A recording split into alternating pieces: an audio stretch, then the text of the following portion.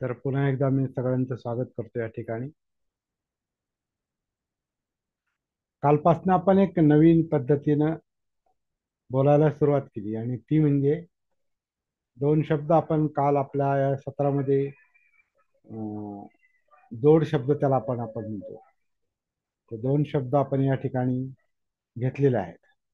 पहिला शब्द मुक्ती आहे आणि दुसरा शब्द विमुक्ती आहे. मुक्तीचा मुक्ती हा शब्द बाबासाहेबांनी मुक्ती कोण पथे, कोणत्या मार्गाने मुक्ती, हे जे 31 मे 1936चं भाषण आहे मुंबईचं, नायगाव अखिल मुंबई महाइलाका परिषद या परिषदेसमोर त्यांनी जे काही भाषण केलं, ऐतिहासिक भाषण आहे ते. जशी त्यांनी येवल्याची ऐतिहासिक घोषणा केली 35 साली, तशी ही जी परिषद आहे मुंबईची, हे त्याचाच परिणाम होता. आणि तो एक निर्णायक प्रसंग होता आणि त्याला नाव आहे बाबासाहेबांनी खूप समर्पक दिलेलं आहे, मुक्ती कोण पथे. आपल्याला मुक्त व्हायचंय, आपल्याला या परिस्थितीतून मुक्त व्हायचंय. परिस्थितीनं निर्माण केलेल्या, व्यवस्थेनं निर्माण केलेल्या जाचातून, त्रासातून आपल्याला मुक्त व्हायचंय.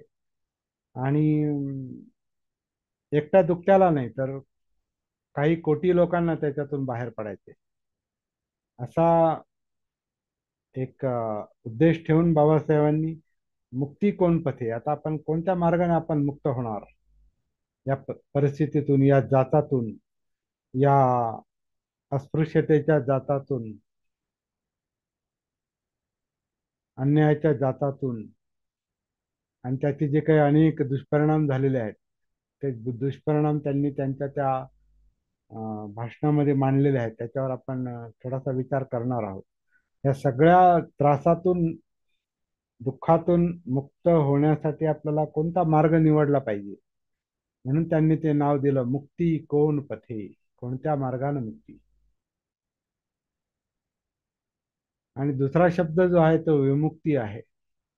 आणि विमुक्ती हा शब्द बुद्धांनी अनापान सतीच्या संदर्भात वापरलेला आहे, की अनापान सतीचं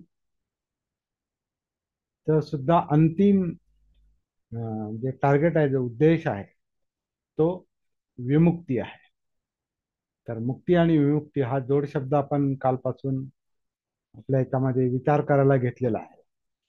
याच्यावर अजून म्हणजे खूप सखोल विचार करण्याची गरज आहे.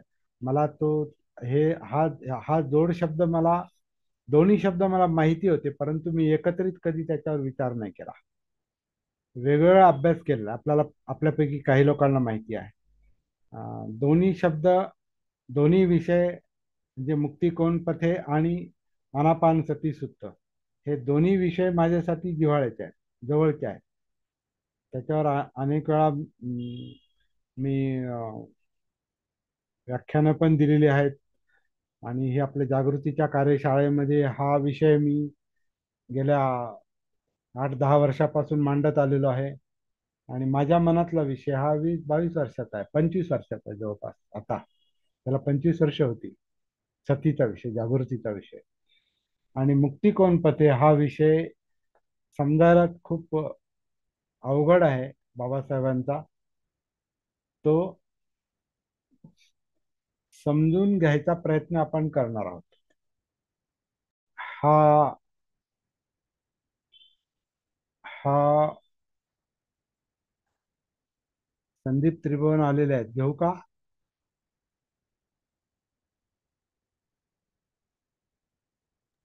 चला. Yes sir. हा. तर बाबासाहेबांचा जो मुक्ती कोण पथे हा विषय आहे, हा हाही समजायला अवघड आहे. आणि बुद्धांचा आनापान सती सुत्ताचा विषय पण समजायला अवघड आहे. दोन्ही शब्द आणि त्याचे अर्थ, त्याचे संदर्भ, त्याची प्रॅक्टिस, ज्याला आपण डायरेक्ट आणि इनडायरेक्ट मेथड म्हणतो, त्या दोन मेथड पद्धती, बाबासाहेबांची पद्धती इनडायरेक्ट अवेकनिंगची, अप्रत्यक्ष जागृतीची पद्धत होती असं आपण म्हणतोय.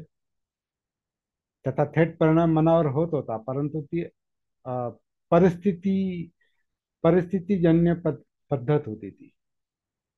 इनडायरेक्ट मेथड जी होती, अप्रत्यक्ष पद्धत ही परिस्थितीला धरून, म्हणजे आता अस्पृश्यतेचा प्रश्न हा परिस्थितीजन्य होता, म्हणून त्याला आपण इनडायरेक्ट मेथड म्हणतो. आणि तेवढाच विषय नाही, आणखीन खूप विषय आहेत बाबासाहेबांच्या भाषणांमधले. आपण ते शोधून काढू शकतो. तुमच्याही काही गोष्टी जर लक्षात आल्या, समजा बाबासाहेबांचा काही भाषणांचा किंवा लिखाणातला काही संदर्भ आपल्याला काही सापडला समजा, आणि आपल्याला जर असं वाटलं की त्याच्यामुळे जागृतीला मदत होते, भानावर यायला मदत होते, असे काही विशेष शब्द जे आहेत ना, किंवा काही पॅराग्राफ माझ्या लक्षात आणून द्या, आपण त्याचा पण अंतर्भाव आपल्या या सत्रांमध्ये करूयात. सध्या तरी मी मुक्ती कोण पथे हा विषय घेतलाय, पण अनेक मुद्दे आहेत. हा अवघड विषय आहे. आणि बुद्धांचा जो विषय आहे, डायरेक्ट मेथड, प्रत्यक्ष पद्धत, ही प्रत्यक्ष पद्धत काय आहे याच्यावर आपण बोललेलो आहोत. प्रत्यक्ष म्हणजे प्रत्यक्ष आपल्याला ते करून पाहायचं आहे.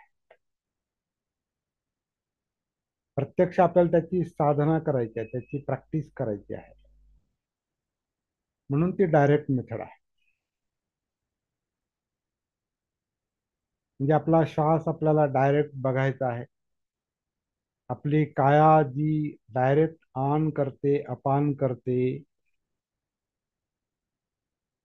आतमध्ये कायेमध्ये, कायेमध्ये ही काया आन करते, अपान करते, त्याचं भान, त्याची सती, हे आपल्याला डायरेक्ट आपल्यामध्ये करायचं काम आहे. ते ही पद्धत जरी बुद्धांनी सांगितलेली असली, आता ती कशी सांगितली ते नाही, ही अशी सांगितली असेल असं मी म्हणत नाही. पण आपण सर्वसाधारणपणे त्या सूत्राचा आधार घेऊन आपण असा प्रयत्न करतोय की त्या बुद्धांच्या शब्दांच्या आधारे आपल्याला आपल्या जीवनामध्ये, म्हणजे या कायेमध्ये, या जिवंत कायेमध्ये, जाणीवांमध्ये, इमोशन्स, आपल्या भावनांमध्ये, विचार प्रक्रियेमध्ये आपल्याला डायरेक्ट कसं उतरता येईल, हे आपण त्या शब्दांच्या आधारे पाहण्याचा प्रयत्न करतोय. आणि अजून महत्वाची गोष्ट, हे प्रयत्न ज्याला त्याला स्वतंत्रपणे करायचे आहेत.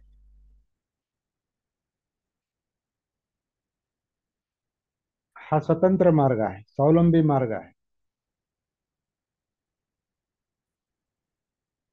माझ्यासाठी तुम्ही प्रॅक्टिस करू शकत नाही, तुमच्यासाठी मी प्रॅक्टिस करू शकत नाही, कारण आपलं सगळ्यांचं जीवन स्वतंत्र आहे, सगळ्यांचे त्रास स्वतंत्र आहेत. कारण प्रत्येकाची मनस्थिती, परिस्थिती सगळी वेगळी आहे. आणि त्यामुळे त्रास वेगवेगळा आहे प्रत्येकाचा. प्रत्येकाची सुखदुःख वेगवेगळी आहेत, विशेषतः दुःख वेगवेगळे आहेत, त्याची कारणं वेगवेगळी आहेत. म्हणून प्रयत्न स्वतंत्र आहेत, आणि ते ज्याला त्याला करायचे, म्हणजे ज्याचा त्याचा त्रास ज्याने त्याने घालवायचा आहे, विमुक्ती ज्याने त्याने मिळवायची आहे.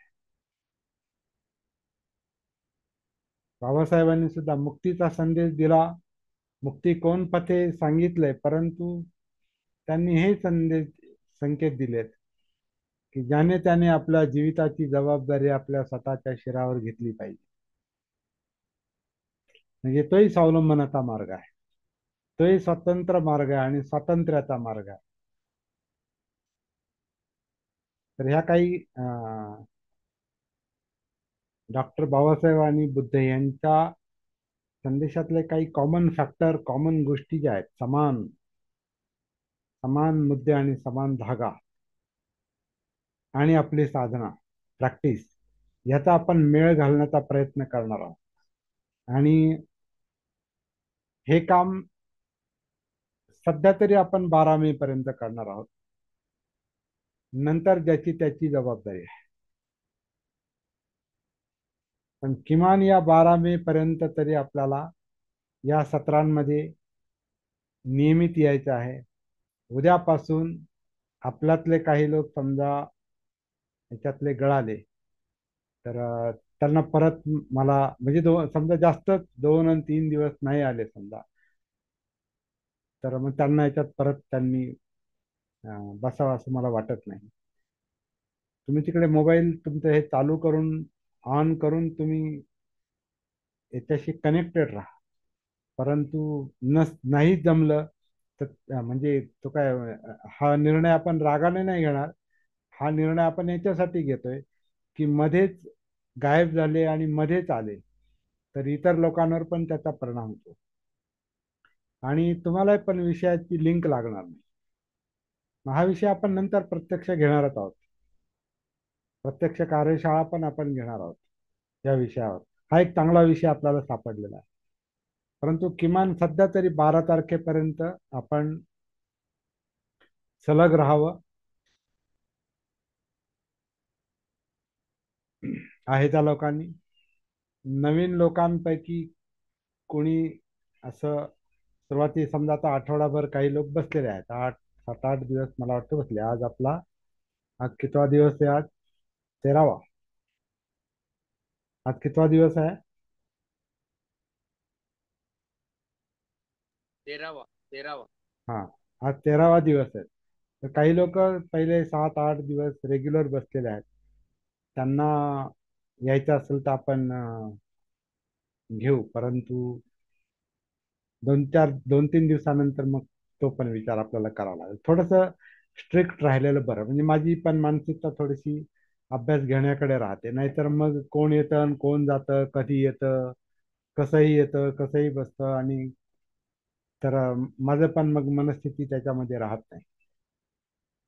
आणि हा विषय अवघड आहे हे तर मी तुम्हाला पुन्हा पुन्हा सांगतोय. तर असू द्या. म्हणजे हे मी नाराजीतून बोलत नाही. एक थोडस शिस्त म्हणा त्याला. ते शिस्त म्हणून पण काय आहे ना, आपल्याला ते करणं भाग आहे. तर 12 तारखेपर्यंत सलग या आणि वेळेवर या. जास्तीत जास्त 8-5 पर्यंत या. आज त्रिभुवन थोडेसे उशीर आले, परंतु आता त्यांची उत्सुकता पाहून मी सगळ्यांना विचारलं त्यांना घ्यायचं का आतमध्ये, तर तुम्ही हो म्हणाला. मला वाटलं त्यांना घ्यावं म्हणून आपण त्यांना घेतलं. कारण ते सिरियसली विचार करतायत याचा. परंतु त्यांनी सिरियस राहावं आणि नंतर पण वेळेवरच यावं अशी मी त्यांना विनंती करतो. मुक्ती कोण पथे हा विषय आपल्याला आपण डिटेल घ्यावा असं पण मला वाटतंय. तुम्हाला काय वाटतं? डिटेल डिटेल घ्यायचं म्हणजे सगळं भाषण आपल्याला, सगळे मुद्दे आपल्याला याच्यामध्ये घ्यायचेत का त्यातले काही पॉइंट आपल्याला याच्यामध्ये घ्यायचेत? काय वाटतं थोडक्यात ते कोणीतरी आपलं मत व्यक्त करा. कारण हे मोठं भाषण आहे. 35-36 पानाचं भाषण आहे जवळपास ते. ती ती कोण पठेत एक रेकॉर्डिंग झालेलं आहे, पूर्ण व्हिडिओ आहे. नाही, आता ते नाही आपल्याला पाहता येणार. कारण ते खूप ते 15-16 भागात आहे ते. आणि ते कधी ऐकणार आणि कधी म्हणजे अभ्यास करणार त्याचा. त्यापेक्षा आत्ता लाईव्ह आपण त्याच्यावर जर आपण ते शब्द, बाबासाहेबांचे शब्द जर आपण आहे तसे जर चिंतनाला घेतले तर आनापानसती ची जी डायरेक्ट मेथड आहे, प्रत्यक्ष पद्धत आहे, त्याच्यावरचा प्रॅक्टिकल फोकस थोडासा आपल्याला अं, ढिला करावा लागेल. पण मला असं वाटतं की आत्ता आपण 13 दिवस म्हणजे 12 दिवस आपण ह्या आनापानसती सूत्रावर जे पाहिलेलं आहे तोच आपल्या साधनेचा स्टार्टिंग पॉइंट आहे, सुरुवात आहे तिथून.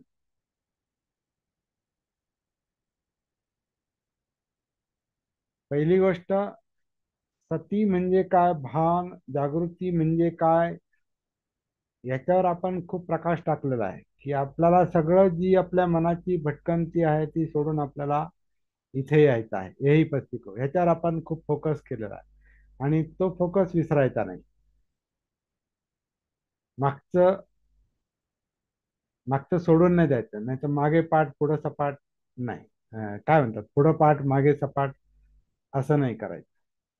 जे आहे ते मागे जे झालेले आहे त्यातले मुद्दे व्यवस्थितपणे लक्षात घ्यायचे आहेत आणि प्रॅक्टिस चालू ठेवायची आहे. तर जसं आपण अं, पाहिलेलं आहे की परवाला मी जे म्हटलो की नुसतं आनापान सती लक्षात घेण्याऐवजी काया आनापान सती लक्षात घ्या.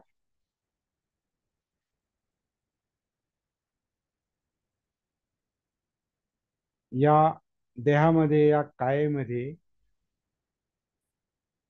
शरीरामध्ये, हे शरीर हे शरीर शरीरामध्ये आन करतं, अपान करतं. श्वास बाहेरून आत येत नाही, आतून आत घेतला जातो. आपण जर असं पोटामध्ये उतरून पाहिलं आतमध्ये, तर जी बेसला जी हालचाल चालू आहे, मुवमेंट, ती आनापानसाठी आहे. त्याच्यामुळं पोटाची हालचाल होते, छातीची हालचाल होते, पाठीची हालचाल होते. हे आपलं जे धड आहे हे भात्यासारखं आन करतं, अपान करतं. आणि हे काम नैसर्गिकपणे चाललेलं आहे. याला आपण अनात्म म्हणतो. जे आपण आपण ते करत नाही, अनापान आपण करत नाही.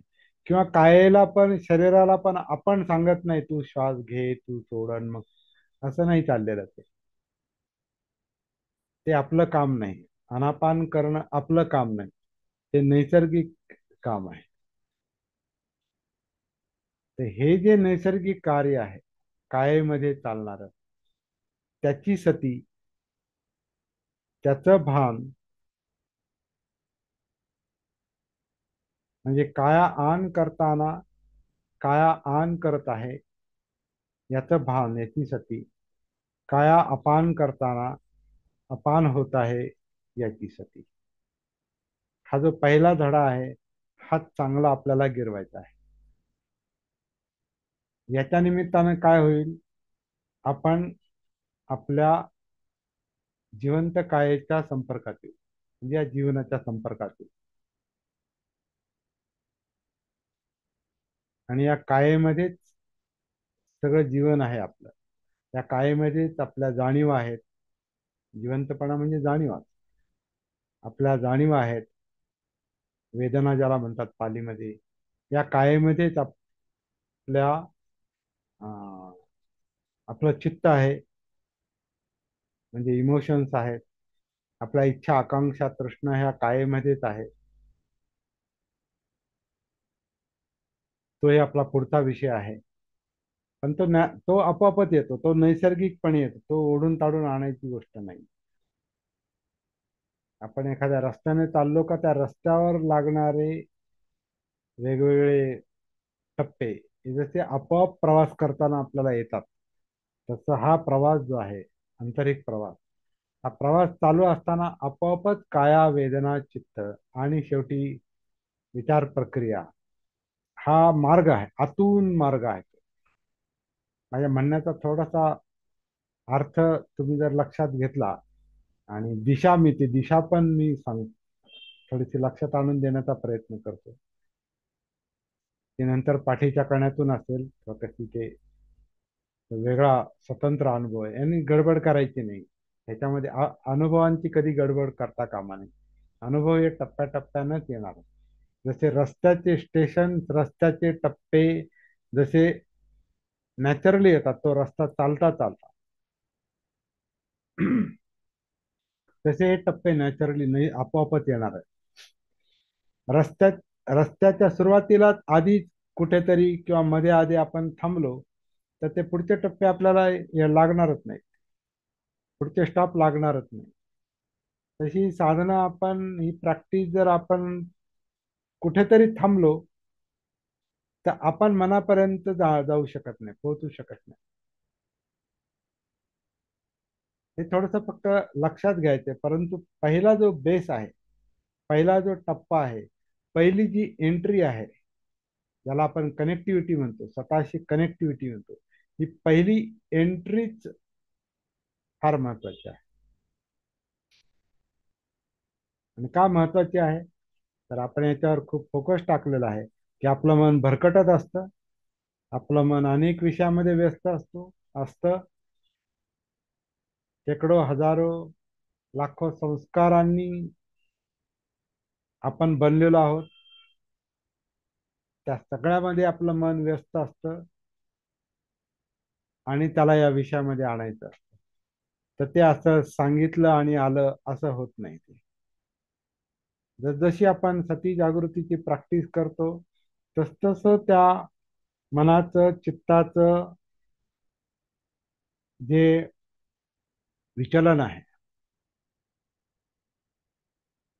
त्याचा जो विस्कळीतपणा आहे, त्याच्यामुळे येणारं जे टेन्शन आहे, ताण आहे, मानसिक आणि शारीरिक ताण, तो ताण हळूहळू हळूहळू कमी होतो प्रॅक्टिस करता करता. प्रॅक्टिस केली नाही आणि व्यवस्थित केली नाही तर ते पुढचे अनुभव येत नाहीत आणि याच्यात ओढाताण चालत नाही. ते हे काम आपल्याला चालू ठेवायचे आणि हे डायरेक्ट काम आहे, डायरेक्ट मेथड आहे, हे आपण पाहतोय. परंतु दुसरा जो आपलं जे अंग आहे जीवनाचं, ते आपल्या इतिहासाशी कनेक्टेड आहे. आणि ते अंग जे आपलं व्यक्तिगत अंग आहे, कौटुंबिक आहे, सामाजिक आहे आणि इथल्या व्यवस्थेशी संबंधित आहे, ज्याचा आपल्या जीवनावर थेट परिणाम झालेला आहे, ज्याला बाबासाहेबांनी तो अस्पृश्यतेचा प्रश्न या नावाखाली त्यांनी तो घेतलेला आहे. त्यांचं ते जीवन कार्यच होतं पहिल्यापासून शेवटपर्यंत.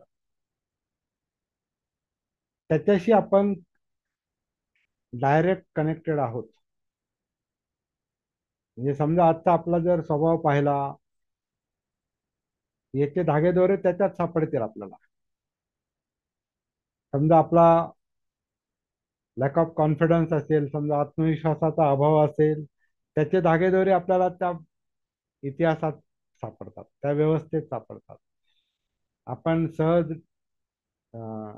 डिस्टर्ब होत असू तर ते त्याचा संदर्भ त्याच्यात आहे, इतिहासात आहे. किंवा आपल्यामध्ये एक जडत्व असेल, उदासीनता असेल, जडत्व असेल, काही करण्याची उर्मी आपल्याला लवकर मिळत नाही, ऊर्जा मिळत नाही, तर त्याचं कारण त्या व्यवस्थेमध्ये पण आहे. कारण ती व्यवस्था आपल्या कुटुंबापर्यंत आली. कुटुंब आपलं त्याचा भाग आहे आणि त्याच्यात आपण वाढलेलो आहोत. म्हणून बाबासाहेबांचा जो मुक्तिकोण पथेचा संदर्भ आहे तो त्याच्यासाठी महत्वाचा आहे, हे आपण लक्षात घेऊया. त्याच्यामुळं काय काय नुकसान झालं हे जर आपल्या लक्षात आलं तर आपल्याला होणाऱ्या त्रासातून आपण सती साधनेच्या आधारे, जागृतीच्या आधारे त्या त्रासातून आपण मुक्त होऊ शकतो. हा मुख्य मुद्दा आहे.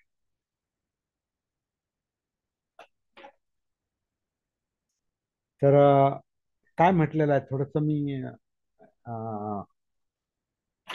वेळ किती झाला आता, 8:32 झाले.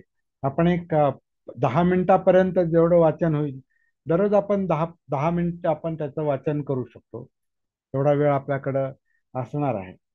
तर हे जे भाषण आहे अखिल मुंबई इलाखा महार परिषदेत 31 मे 1936 रोजी डॉक्टर बाबासाहेब आंबेडकर यांनी दिलेले भाषण. आता एक थोडीशी कल्पना पण करू शकतो आपण की ते भाषण चालू असताना आपण तिथे उपस्थित आहोत असा विचार करा. आपण तिथे उपस्थित आहोत. आपलं कुणीतरी तिथे उपस्थित असणारच आहे.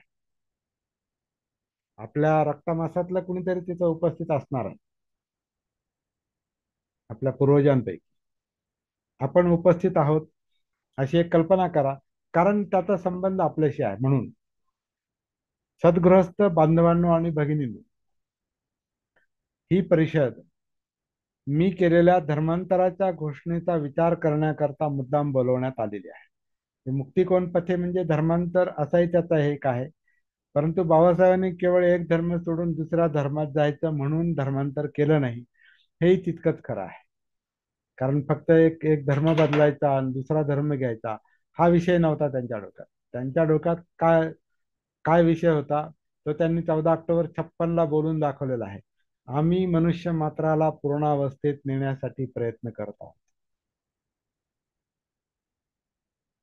किंवा ह्याच्यात पण, या भाषणात पण ते म्हणतात, हा जीविताच्या साफल्याचा प्रश्न आहे. म्हणजे आपलं जगणं अर्थपूर्ण आणि सफल कसं करायचं, यशस्वी कसं करायचं आपलं जगणं, जीवन, त्याच्याशी संबंधित हा प्रश्न आहे. केवळ एका याच्यातून दुसऱ्या धर्मात जाणं असा तो संकुचित अर्थ बाबासाहेबांचा नव्हता.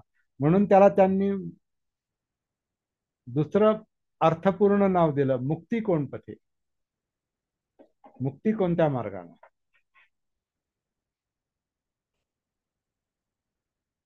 तर ही परिषद मी केलेल्या धर्मांतराच्या घोषणेचा विचार करण्याकरता मुद्दाम बोलावण्यात आली आहे. हे तुम्हाला कळून चुकले आहेत.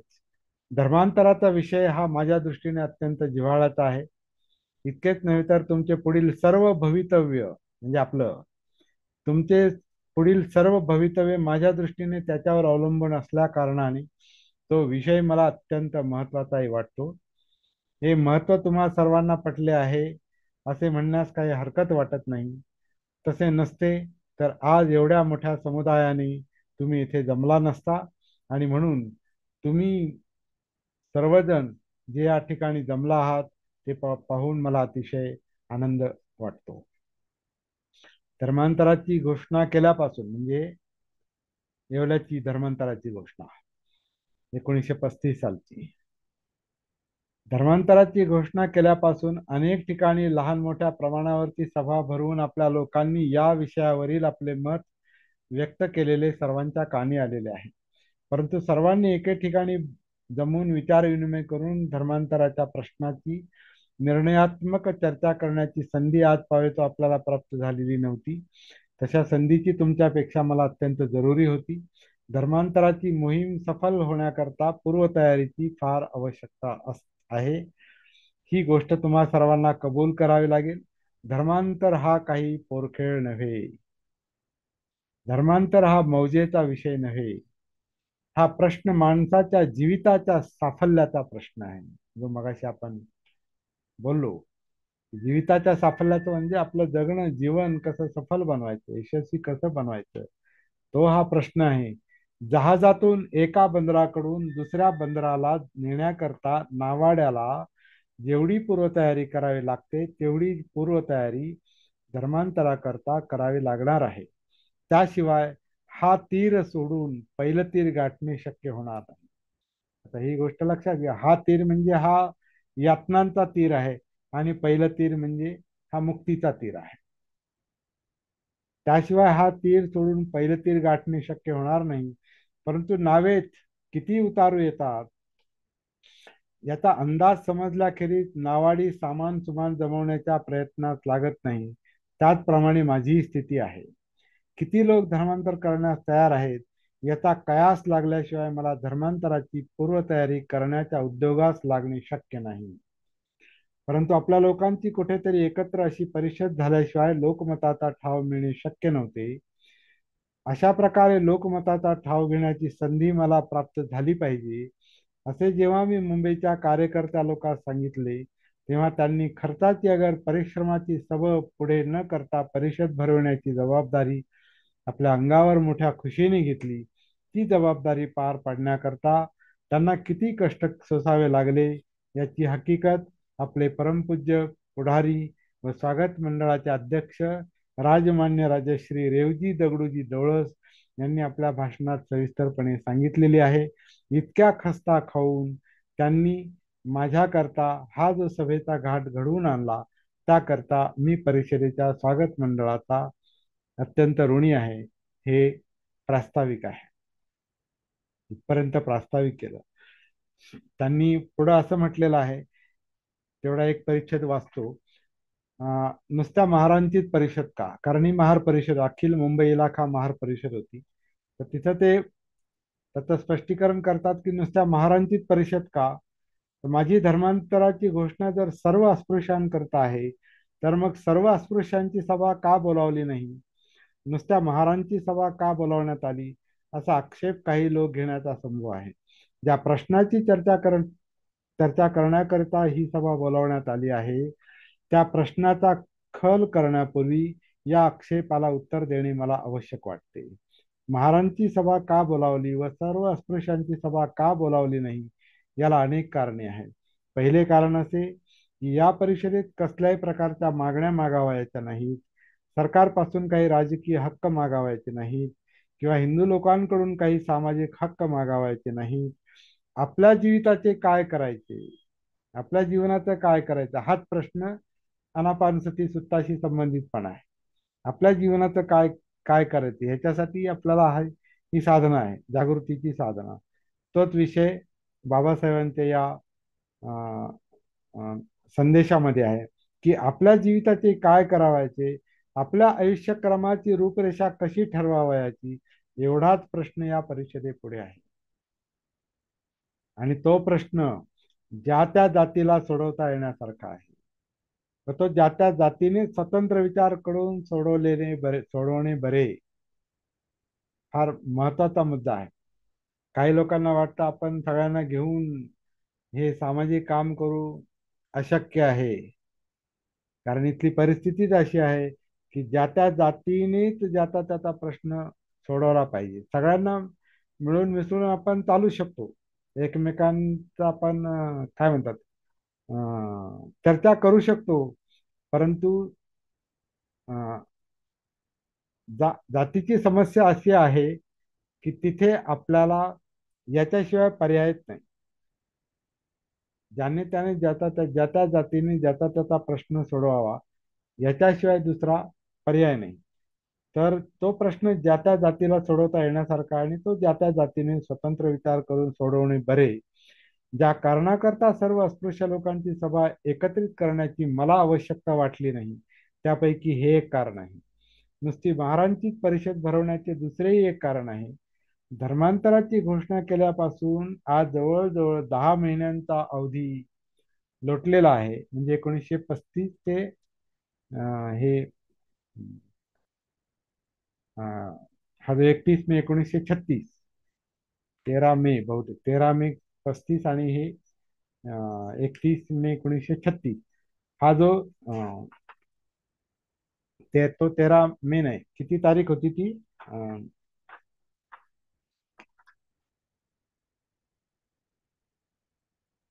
येवल्याची तारीख किती माझ्या लक्षात नाही ती.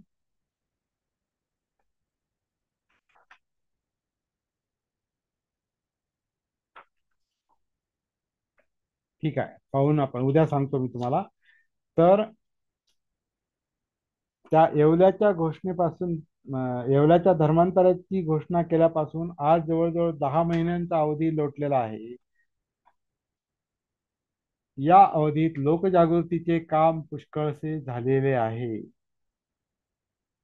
आता लोकमत आजमावण्याची वेळ आलेली आहे असे मला वाटते. हे लोकमत आजमावण्याला निरनिराळ्या जातींची सभा करणे हे एक साधे व सोपे साधन आहे अशी माझी समजूत आहे. धर्मांतराचा प्रश्न कृतीत उतरवण्याकरता जो प्रयत्न करणं आवश्यक आहे, तो प्रयत्न करण्यापूर्वी खरे लोकमत काय आहे याची खात्री करून घेणे अत्यंत आवश्यक आहे.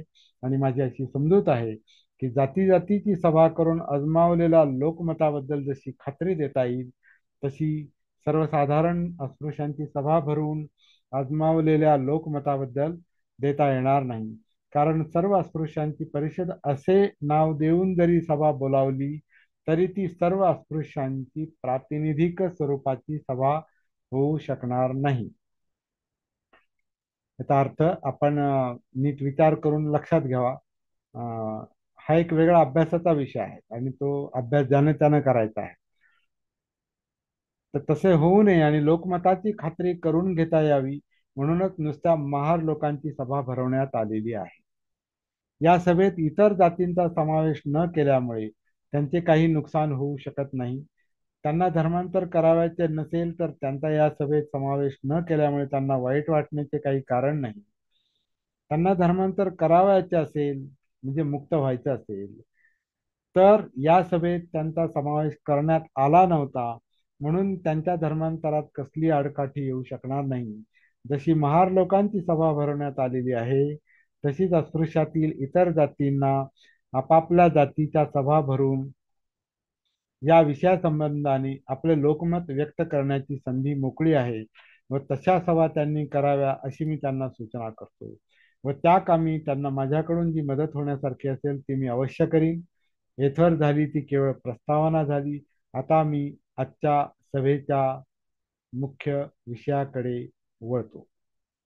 तर हा जो पुढचा भाग आहे हा आपण उद्याला पाहणार आहोत मुख्य विषयाचा. तर एक प्रश्न आपल्यापैकी काही लोकांच्या मनात आलेला असेल तो हा आहे की हा विषय आपण इथं जो चर्चेला घेतो त्याची आवश्यकता आहे का. तर मला वाटतं हा प्रश्न असा मनात येणं थोडंसं गैर आहे.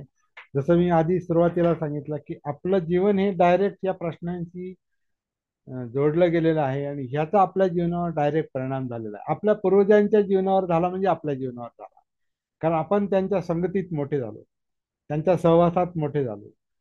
ते ज्या स्वभावाचे होते, ज्या त्यांच्या कमतरता होत्या किंवा त्यांच्यातल्या जे काही प्लस पॉइंट होते म्हणजे चांगले गुण पण होते आणि परिस्थितीने त्यांना ज्या पद्धतीने जगायला भाग पाडलं त्याचे आपण भाग होतो. म्हणजे आता मी तरी आता माझं वय 70 वर्ष आहे.